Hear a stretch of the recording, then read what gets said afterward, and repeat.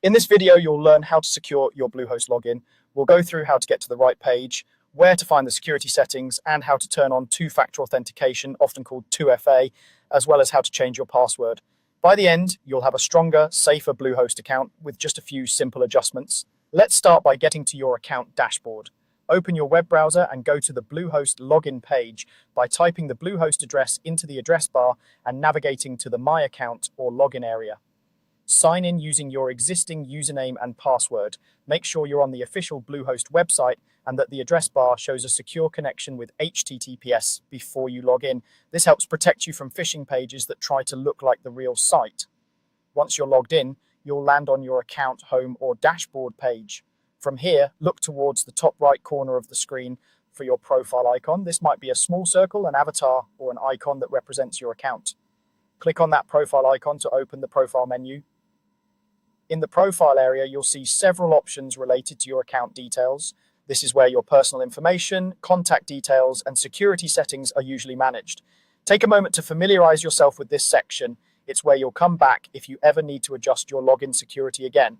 Now look for the option related to two-factor authentication, often labeled as 2FA or two-step verification. This is the setting that adds an extra layer of protection to your account on top of your regular password. When you find the 2FA section, click on it to start the setup process.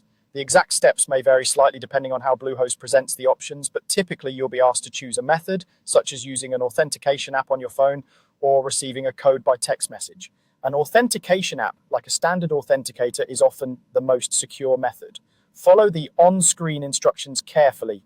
If you're using an app, you'll usually scan a QR code or enter a setup key, then type in the code the app generates to confirm it's working. Make sure you complete this verification step so 2FA is fully activated. Some services also provide backup codes during setup. If Bluehost does this, store those backup codes somewhere safe and offline, such as a secure notes app or a physical document kept in a secure place.